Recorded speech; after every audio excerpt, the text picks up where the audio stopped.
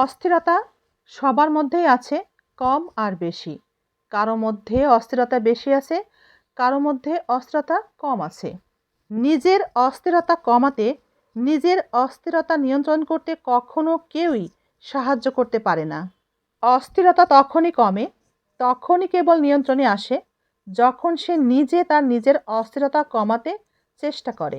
বিশ্বাস ভেঙে গেলে হয়তোবা সাময়িক কষ্ট হয়, মন খারাপ হয়, কিন্তু অন্ধবিশ্বাস যদি ভেঙে যায় তাহলে মানুষটি হতবাক হয়ে যায়, নিস্তব্ধ হয়ে যায়, মুখের ভাষাই হারিয়ে ফেলে। ভেতরটা কাচের গ্লাসের মতো ভেঙে টুকরো টুকরো হয়ে যায়। দুর্বলের উপরে জুলুম করবেন না, তার সাথে বেইমানি করবেন না। আমরা সেটাই করি। আমরা দুর্বল ভেবেই তার কাছ থেকে অর্থ সম্পদ টাকা পয়সা নিয়ে ভোগ করার চেষ্টা করি। তার টাকা পয়সা ভোগ করার পর তার অবস্থা খারাপ হলে তার সাথেই বেইমানি করি। হ্যাঁ, আমরা সেটাই করি, আসলেই সেটাই করি। মানুষের সাথে আমরা তাই করি। কিন্তু আসলে কি সে দুর্বল? কখনোই না। তার বড় ভুল ছিল মানুষকে অন্ধের মতো বিশ্বাস করা।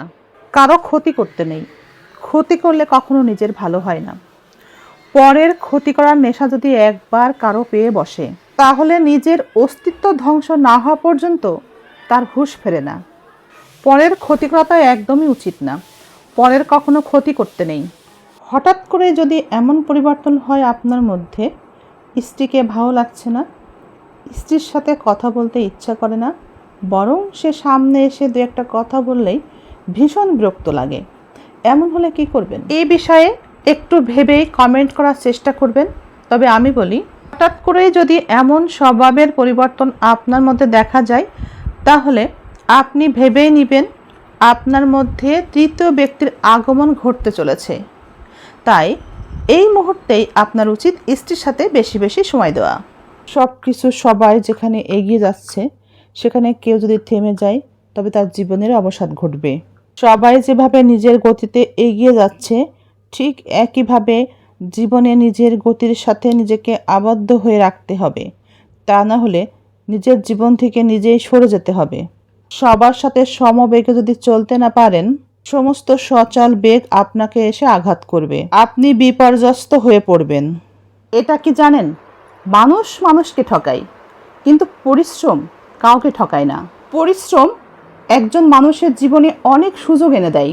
লক্ষ্য স্থির করে সময় নিয়ে কেউ খেটে গেলে পরিশ্রম তাকে ঠকায় না। একটা কথা মনে রাখবেন, যদি আপনি পরিশ্রমী হতে পারেন তবে শুধু আপনার দেশ নয়, পুরো পৃথিবীই আপনার।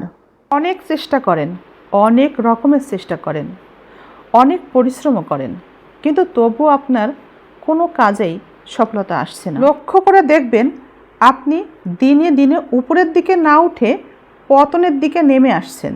এর কারণ খুঁজতে গিয়ে দেখবেন আপনি কাউকে প্রতিনিয়ত কষ্ট দিচ্ছেন, আর সেই মানুষটির কষ্টের দীর্ঘ নিঃশ্বাসই আপনার পতনের কারণ।